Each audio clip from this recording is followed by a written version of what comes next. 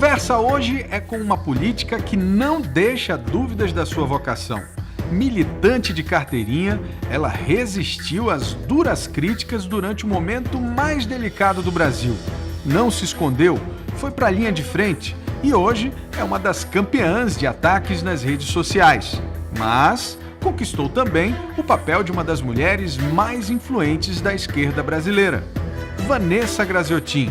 Entre o amor e o ódio, ela trava uma nova luta dentro de casa para se manter no jogo. A senadora com maior visibilidade nacional e enfrentar uma dificuldade de coligação dentro da raiz das coligações do seu partido de esquerda. Então, você fala raiz, né? Porque, na realidade, o meu partido, o PCdoB, ele tem participado nesse último ano, eu posso dizer, da construção dessa coligação, né? Debatido com todos os partidos, o próprio PSB, que tem o candidato ao governo do estado do Amazonas, o Partido dos Trabalhadores e outros partidos, mas principalmente esses dois partidos. Em nenhum momento nós sentimos qualquer dificuldade. Aliás, acho que num evento do pré-lançamento do candidato ao governo, que nós estivemos presentes porque fomos convidados, no dia seguinte o candidato concedeu uma série de entrevistas cujas respostas ficaram assim, com algumas dúvidas, né? Nós imediatamente fizemos uma reunião com a direção do PSB, o presidente de honra e ele próprio, levantando e questionando se havia algum problema. Não há nenhum problema, e seguimos, né? Então, foi uma surpresa para nós, né? Algo assim inexplicável, nós ficarmos sabendo no dia, na realidade foi na véspera da convenção, de que o PCdoB estaria fora da coligação. Eu me recordo que era dia 1º, agora do mês de novembro, do mês de agosto, dia das convenções, foi o dia da nossa convenção nacional, nós estávamos com uma grande delegação em Brasília e naquele dia um jornal da cidade publicou algo nesse sentido, que não teria espaço para a candidatura de Vanessa e tal. Nós imediatamente enviamos para cá uma comitiva que saiu antecipadamente da convenção e veio para ter uma reunião logo cedo com o candidato ao governo. E lá foi dito que o PCdoB não faria parte porque a Vanessa não podia ser candidata ao Senado. Ou seja, é algo assim inimaginável. Eu imaginava enfrentar todas as dificuldades nesse processo eleitoral, exatamente por isso que você disse, porque eu firmei muito uma posição. Então eu acabo que represento aqui no estado do Amazonas esse lado da política, o lado que defendeu a democracia, o lado que defende o presidente Lula, o lado que foi contra aquilo que eles chamam de impeachment e na realidade foi golpe, né? Então eu imaginava que muitas dificuldades nós iríamos enfrentar, agora não essa. Quer dizer, você estava preparado para enfrentar um monte de crítica relacionada ao seu posicionamento político. Eu estou preparadíssima, agora não esse tipo de coisa. Aí o que ocasionou? Então, de lá para cá, das convenções até agora, nós estamos vivendo esse processo de reconstrução e de debate, porque imediatamente veio a direção nacional do Partido dos Trabalhadores. Eu estive numa reunião em Brasília com os 3 presidentes de partido, presidentes nacionais, né? Luciana Santos, do meu partido, Gleisi Hoffmann e Carlos Siqueira, do PSB. A Gleisi foi a sua parceira nesse... E nenhum encontrou resposta o porquê disso. E ninguém dali sabia, nem o presidente nacional do PSB, nem do meu tinha partido. Acontecido isso. Não, e que o PCdoB estaria vetado nessa aliança, né? E mais, no dia da convenção do PSB, do candidato ao governo, ele declarou que 2 candidatos faziam parte da sua chapa para o Senado, um do Partido dos Trabalhadores e outro do PMN, não é? Enfim, mas agora nós estamos aguardando o resultado da Justiça, né? Espero que seja favorável, porque legalmente o Partido dos Trabalhadores fez a convenção local, estadual com o conteúdo, mas em seguida houve uma intervenção da direção nacional que é previsto na legislação inclusive, né? Porque as diretivas do Partido dos Trabalhadores nacionalmente era coligar com o PSB e com o PCdoB, não é?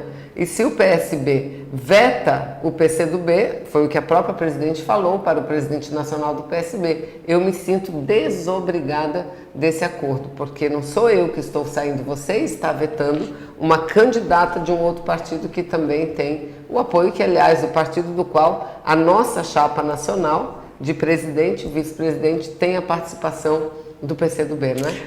Agora, Vanessa, você não bate aquela saudade da época que você fazia, e eu me recordo bem disso, né? As suas campanhas, você mais votada, deputada federal, e na verdade você contava com apoio efetivamente desses partidos apenas, né? Claro. Você não tinha nem estrutura, eu diria assim, não era nada assim grandioso. Eu acompanhei um pouco da sua história política e você sempre se saiu muito bem nas urnas. E veja bem, é uma trajetória que eu posso até dizer, ela segue um caminho retilíneo, não é? Porque eu sou do mesmo partido, não por ser conservadora não, viu? Mas eu me ideologicamente eu tenho uma posição muito firme, muito clara, não é? Porque na política é isso, você não pode acender uma vela para o santo e para o diabo. Então, eu sou daquelas que estou na luta, estou na militância política, porque eu acredito que a gente pode construir uma sociedade melhor. Uma sociedade onde as pessoas têm um bom emprego, com um bom salário, que possam ter uma assistência à saúde digna, uma boa moradia, não é? Então, essa foi a minha trajetória. Em 2002, depois de muitas eleições, ou seja, 3 eleições anteriores, desde 1989, é que o meu partido, o PCdoB, apoia a candidatura de Lula. Em 2002, nós elegemos o presidente da República, o presidente Lula. E foi exatamente a eleição que eu fui a mais votada, não é? Deputada federal.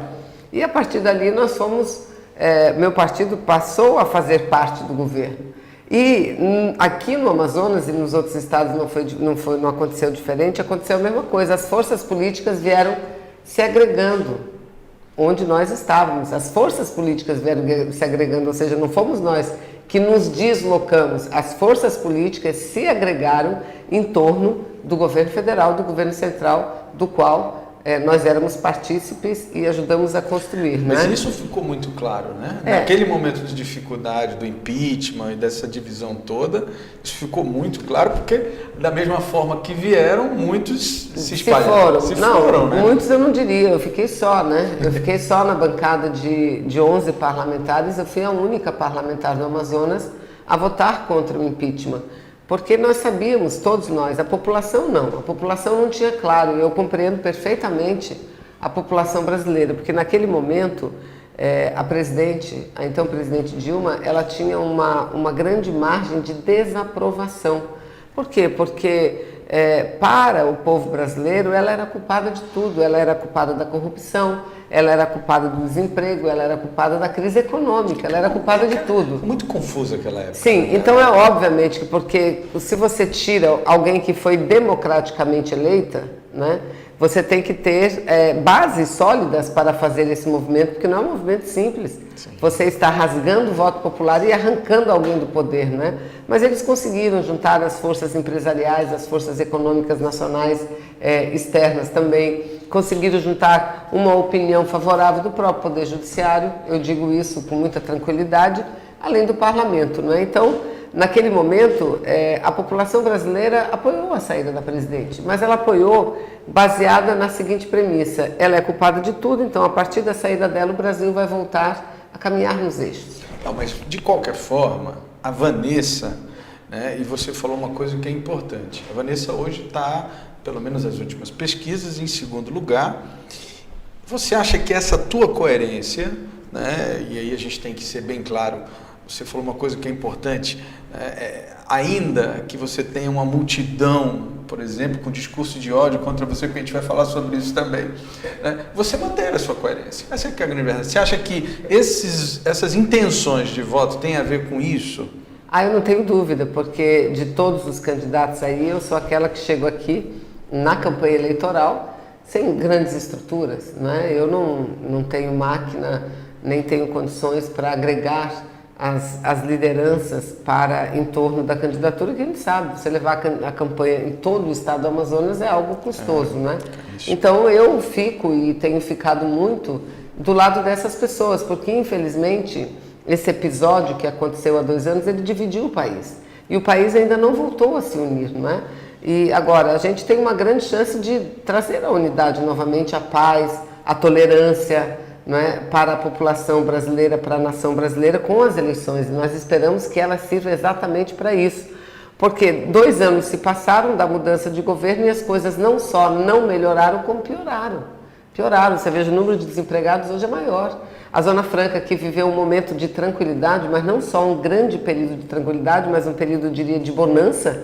Tivemos uma prorrogação de 10, depois de mais 50 anos, não é? A Zona Franca crescendo, novas empresas, mais empregos. Bastou menos de 2 anos de um governo para a gente já sofrer o primeiro ataque. O primeiro ataque, não é ameaça, nós estamos sob um ataque. Ele, na calada da noite, Michel Temer assinou um decreto, né? tirando os incentivos do setor de bebidas. Aí, se ele faz isso com o setor de bebida, amanhã ele pode fazer com o eletroeletrônico? Depois da manhã ele pode fazer com duas formas. Somente se não tiver reação. Se não tiver reação, eu cumpri minha parte, apresentei um projeto de decreto legislativo, que num primeiro momento a bancada não queria muito, porque achava que o Michel Temer ia resolver o problema, mas depois, num segundo momento, todos viram aí, os 3 senadores juntos, né, defendendo aquele projeto, nós conseguimos aprovar no Senado e está na Câmara. Então, veja, eu, sem dúvida nenhuma, eu sou a que representa esse lado da política. É o lado da defesa da democracia, é o lado que defende o legado, o retorno do legado do presidente Lula, porque tudo que a gente viveu no Brasil teve erro, não há dúvida, todo governo tem erro, ninguém vive só de acertos. Nós mesmos, seres humanos, nós não vivemos só de acertos, nós erramos e erramos bastante, né? Agora, se a gente colocar na balança o governo de Lula para cá, o que errou e o que acertou, ele acertou muito mais do que errou e está pagando por isso, não está pagando pelos seus erros, ele está pagando pelos seus acertos, né?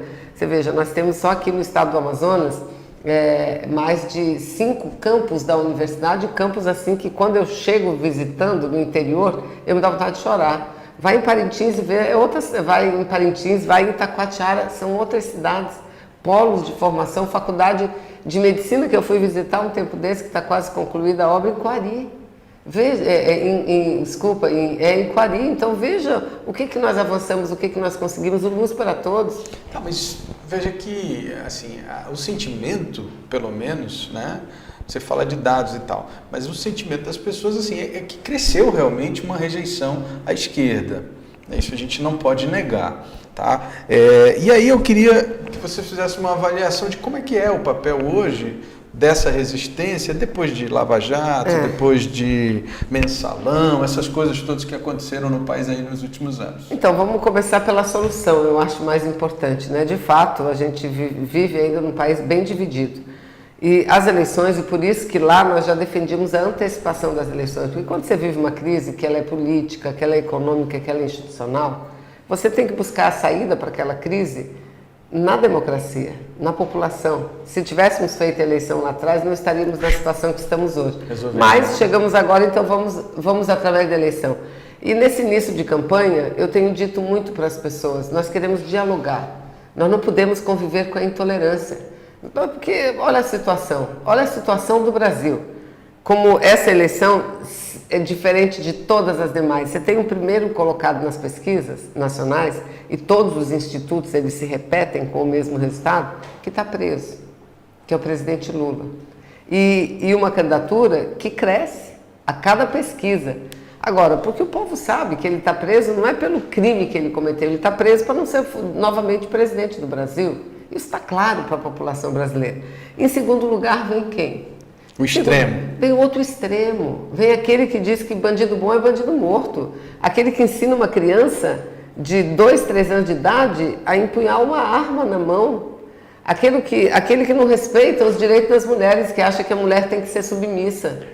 Entendeu?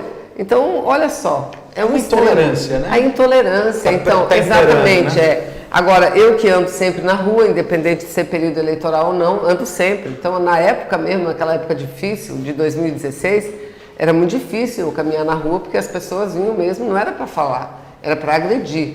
Mas aí o tempo foi passando, aí o Congresso começou a debater a reforma previdenciária. Eu fui para a rua. Nós fizemos uma cartilha, eu como senador, e fomos para a rua. Eu fui para as paradas de ônibus, eu fui para os terminais. E levando para as pessoas. Aí depois veio a reforma trabalhista, fiz a mesma coisa. Então hoje, eu já percebo que aquelas pessoas que se achavam com autoridade e com o direito de agredir o próximo, hoje elas já estão mais respeitosas. Mas, né? Mas e como é que você vê esse discurso de ódio que ainda impera na internet. A gente vê, eu dei uma navegada ali na sua página, e eu fico um pouco preocupado com isso, porque outro dia eu estava vendo uma notícia que não tem nada a ver com política, era de um cidadão que foi preso, etc. E as pessoas queriam que o cidadão já estivesse morto no dia seguinte, dilacerado, estuprado, preso, etc.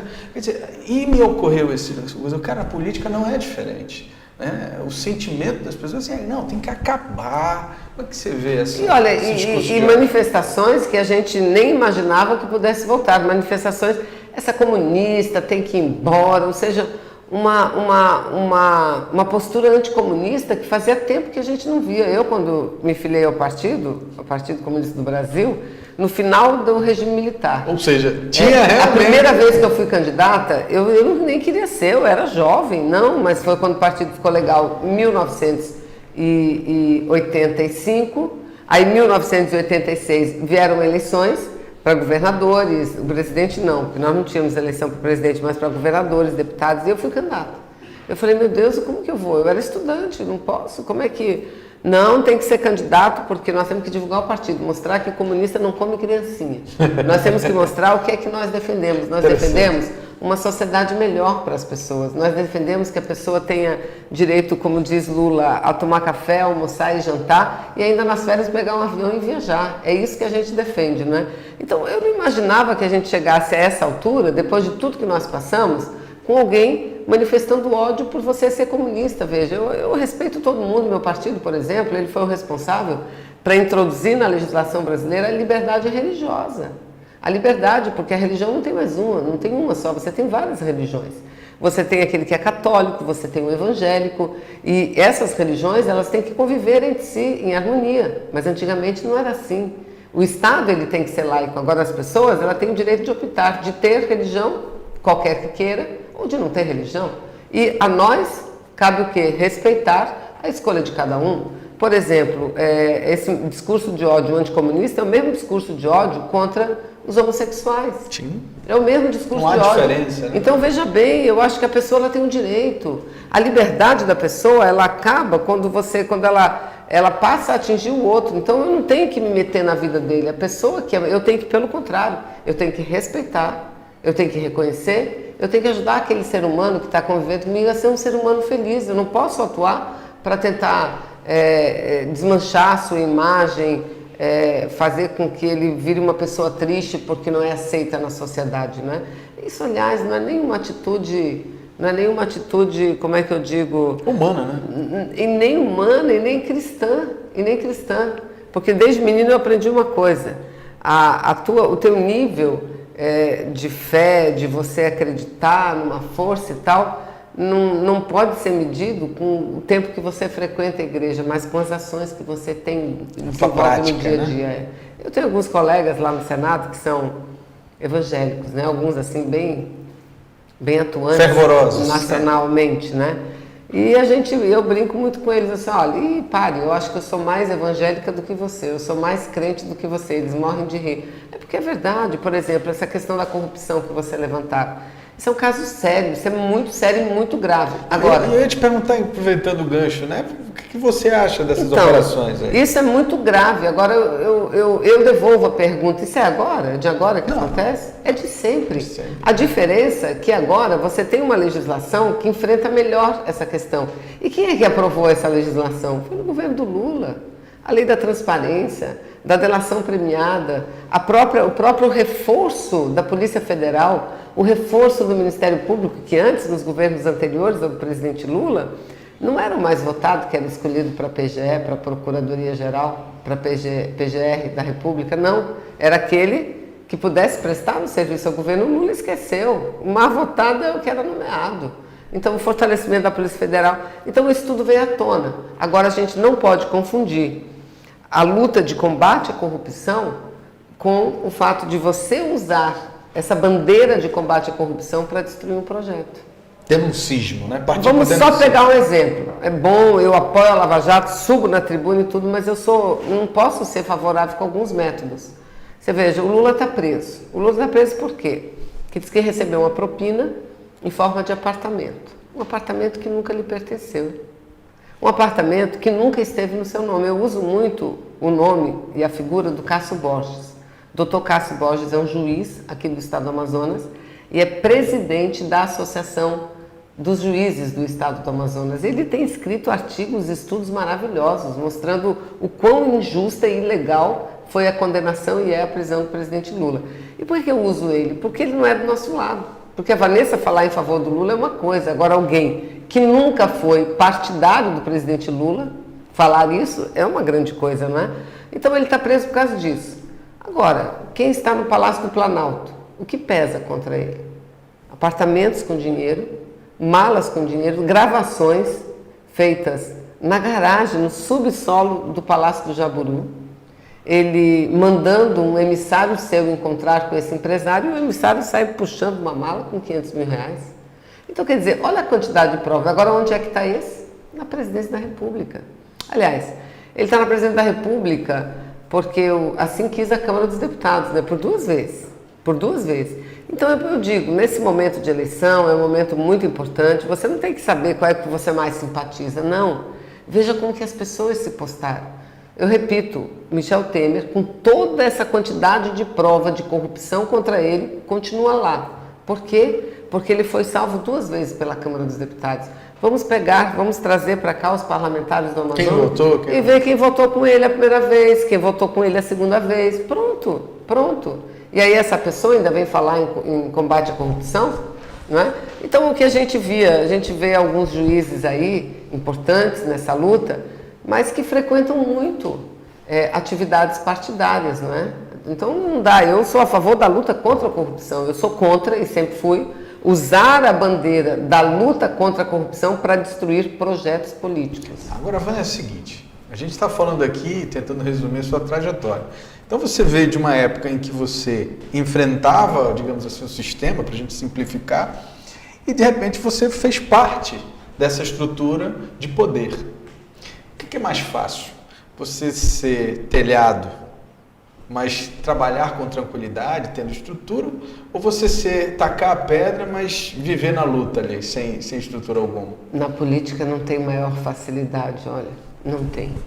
Eu vou lhe dizer que para quem quer fazer a boa política é muito difícil em qualquer dos lados que você esteja. É muito difícil. Para quem quer fazer a boa política. Eu, por exemplo, eu não concordo com o fato de que se você apoiou um governo A ou B, você tem que ter um monte de cargos. Até acho que você pode ajudar, porque você ajudou a eleger, tem o cargo para ajudar no governo. Agora, ter cargo público para se beneficiar eleitoralmente, eu não faço isso, eu nunca fiz. E, infelizmente, lamentavelmente, na política é assim. Lamentavelmente, as pessoas usam do poder em benefício próprio, não é em benefício do coletivo, né? Então, para você, muitas vezes, entrar, fazer parte desse sistema, você tem que se sujeitar a isso. Eu jamais me sujeitei a isso. Você pode ver, eu não entro em disputa, não. Meu partido, o PCdoB, nós ocupamos ministério e fizemos excelentes trabalhos. Agora, daí para você usar estruturas de poder para se beneficiar é um equívoco. Então, esse é você ser o governo. E aí, óbvio, sendo o governo, você tem ônus e tem bônus, não é? Sim. Eu no governo, eu sempre trouxe tudo muito para mim. Você pode ver, minha vida nunca foi assim, nunca eu passo desapercebida, nunca, nos momentos mais difíceis, principalmente, ou eu estou de um lado ou eu estou do outro, mas eu estou. Porque eu acho que quando a gente vai pedir o apoio da população, a gente está dizendo que vai fazer isso ou vai fazer aquilo, e tem que fazer. Não dá para ficar mudando. Não dá, e nem pode se esconder em momentos importantes, você tem que se mostrar.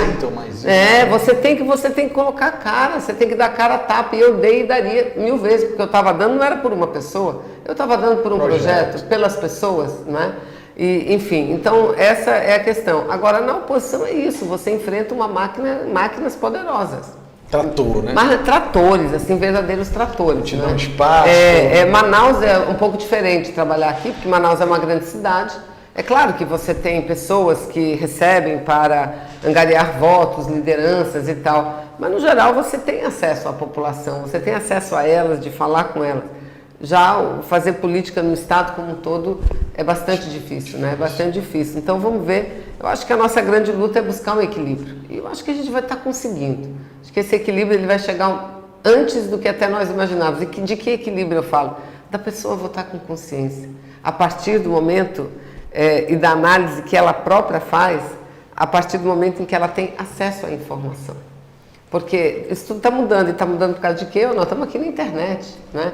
A gente precisa melhorar a qualidade da internet no interior, porque daí não é só aquilo que 3, 4 canais de televisão, cujos proprietários representam a elite brasileira, né? Os ricos, os poderosos. Então a gente vai quebrar um pouco esse monopólio, né? Ele fala uma coisa, a gente vem lá milhares e milhares e milhares na internet dizendo não é bem assim, é assado, né? Eu estava analisando um pouco as postagens e os comentários e eu vi que você tem muito apoio de fora. As pessoas falam realmente, lhe apoiam e tal. E eu não vejo, assim, essa comoção, vamos colocar dessa forma. Não sei se é só um sentimento meu. Como é que você sente essa diferença? Você acha que o Amazonas ainda não conseguiu compreender esse teu posicionamento e tal? Como é que você vê isso? Não, eu acho que compreende. Tanto compreende que mesmo eu sem estrutura, mesmo eu sem poder ir ao interior, eu sou a segunda colocada nas pesquisas. Isso não vem do nada. Isso já parte de um contingente de pessoas, né? Um contingente de pessoas que tem lado e que diz, essa é a nossa candidata. Então, o que eu preciso? Eu preciso que esse percentual que está conosco, que me ajude a alavancar mais apoios, né? Agora, em relação à internet, de fato, a gente viveu um problema nacional. E nesse problema nacional, eu acabei virando muito alvo, né? Protagonista. Eu acabei virando muito alvo. Então, é gente do Brasil inteiro. Eu, por exemplo, não é à toa que aqui no estado do Amazonas, entre os governadores, os ex-governadores, senadores, eu sou aquela que tem o maior número de seguidores nas redes sociais, sobretudo no Facebook. Não foi nada planejado, não foi nada pago, é isso que veio. Mas tem muita gente daqui também, não é? Muita gente. Então, você veja, eu tenho mais ou menos a mesma média que todos têm aqui no estado. Entretanto, a minha média sobe muito por conta desse acompanhamento nacional de pessoas. Onde quer que eu vá, as pessoas me param, me falam comigo e sofrem com a gente. Porque, na realidade, isso não é uma vida de... Como é que diz? Não, de louro só. Não. E diz, olha, eu estou contigo, a gente está junto nessa, porque é difícil, nós estamos atravessando um momento que não passou ainda. Por isso que eu estou dizendo, essa eleição é importante, porque além de tudo ela tem que servir da retomada da unidade do povo brasileiro. Eu queria encerrar essa entrevista te perguntando um pouquinho sobre essa questão dos venezuelanos. É uma questão nacional, não tem jeito. Eu acompanhei desde 2015 essa situação em Boa Vista, por conta das minhas atividades, e vejo, quer dizer, uma ausência muito grande do governo brasileiro nesse processo, porque deveria ajudar mais. O Estado, a cidade de Boa Vista realmente está muito entregue. Eu queria que você falasse um pouco como é que você vê essa questão. Porque agora é o discurso de ódio, que na verdade foi uma evolução de uma ausência do Estado mesmo. Olha, a nossa sorte é que o Brasil é uma grande nação. Nós temos uma economia muito mais diversificada do que a economia da Venezuela, não é? Por isso a gente não chega a viver tanto problema como eles vivem lá. Mas o problema da Venezuela deixou já há muito tempo de ser um problema político e econômico, passou a ser um problema humanitário, né? Assim como você tem pessoas que fogem da guerra no Oriente Médio, aqui as pessoas que fogem da fome. Né? E a nós, os brasileiros, cabe recebê-los muito bem. Você lembra depois do terremoto do Haiti, quando os haitianos vieram para cá, houve também uma manifestação muito forte de intolerância. Não é só que o número dos haitianos era bem menor do que o número dos venezuelanos. E era algo assim, bastante temporal. Você tinha aquele período até se recuperar e tal, então teríamos que receber as pessoas e depois cessaria. A Venezuela não, é uma migração, né, constante, uma migração constante até que eles se recuperem em milhares, né? Então eu acho que aí há uma ausência completa, absurda, condenável do governo federal. E eu até entendo, não concordo, mas entendo a reação de quem está morando em Roraima, não é? Entendo essa reação. Concordar jamais, jamais. Agora, o governo federal é que deveria olhar mais isso e dar assistência, porque esse não é um problema do governo de Roraima. Esse é um problema do governo brasileiro, porque como é Roraima, poderia ser o Amazonas, poderia ser o Rio Grande do Sul, poderia ser qualquer estado brasileiro que fizesse fronteira com um país em crise como está a Venezuela, né? Então, é essa ausência do Estado brasileiro é que tem provocado não só essa instabilidade, mas essa situação de muita tensão. E eu digo o seguinte, isso ocorre em relação aos venezuelanos que chegam, mas ocorre também em todas as áreas, a segurança pública. É claro que tem muita coisa que tem que ser resolvida. Agora, o que nós estamos vivendo nesses 2 últimos anos é uma diminuição de recursos. Você veja, o governo federal anunciou uma intervenção no Rio de Janeiro e 6 meses depois não tinha liberado um centavo para o Rio de Janeiro. Como? Não é? Aqui mesmo no Amazonas, a gente tem esse problema, a diminuição de recursos para a infraestrutura. O Minha Casa Minha Vida está quase parado. A saúde, ao invés de crescer, o orçamento não, tem lá a emenda da Constituição que eles aprovaram, o teto, que limita o do teto. Agora, o teto é só para a área de investimento e área social. A área financeira, essa não tem teto nenhum. Então, se o governo quiser gastar tanto com juro, gasta, não tem teto nenhum, né? Então, é contra isso que nós estamos lutando. Porque desde que houve a mudança de governo, houve uma mudança generalizada na condução da economia. Olha, eu digo o seguinte, nós já podíamos ter tirado o Brasil da crise e ter tirado o Brasil da crise sem penalizar o trabalhador mais pobre, porque você tem espaços gigantescos para atuar. Nós vivemos num país que, ao lado de uma outra única nação do planeta, não cobra imposto, tributos de distribuição de dividendos e lucros. Não cobra. Só isso aí poderia ser mais segundo os estudiosos, em torno de 100 bilhões você poderia arrecadar apenas com esse tipo de tributação. Você pode mudar, aumentar, ampliar a tabela de imposto de renda a fim de tabelar menos quem ganha menos e mais quem ganha mais. Você veja, quem ganha R$6 mil e quem ganha R$40 mil vai pagar os 27%. Está errado isso. Você ganhou acima de 30, mais imposto, mais tributo. Imposto sobre fortunas, não paga nada. Aí vai cobrar o imposto da onde? Do consumo, que quem consome é o povo pobre, e o imposto de quem gera emprego. Está errado. Então, houve uma inversão. Aí, em vez de aprovar a reforma tributária, inverte e aprova a reforma trabalhista. Só não aprovar a reforma previdenciária porque nós brecamos, né? Então, eu acho que a gente precisa aproveitar esse momento, que é um momento muito rico, e agora ainda com uma importância bem maior, por conta de que a função dessas eleições não é apenas legitimar um governo, é trazer de volta a unidade nacional, que sempre foi a marca do povo brasileiro. E a gente tem que conviver com os diferentes, né? Obrigado. Obrigada a você. Obrigado, boa sorte. Obrigada. Se você curtiu a conversa política de hoje, dá uma conferida nos outros episódios no canal BAN no YouTube ou na página do site O Poder e do site Imediato no Facebook. Toda segunda-feira, à noite, tem novidade.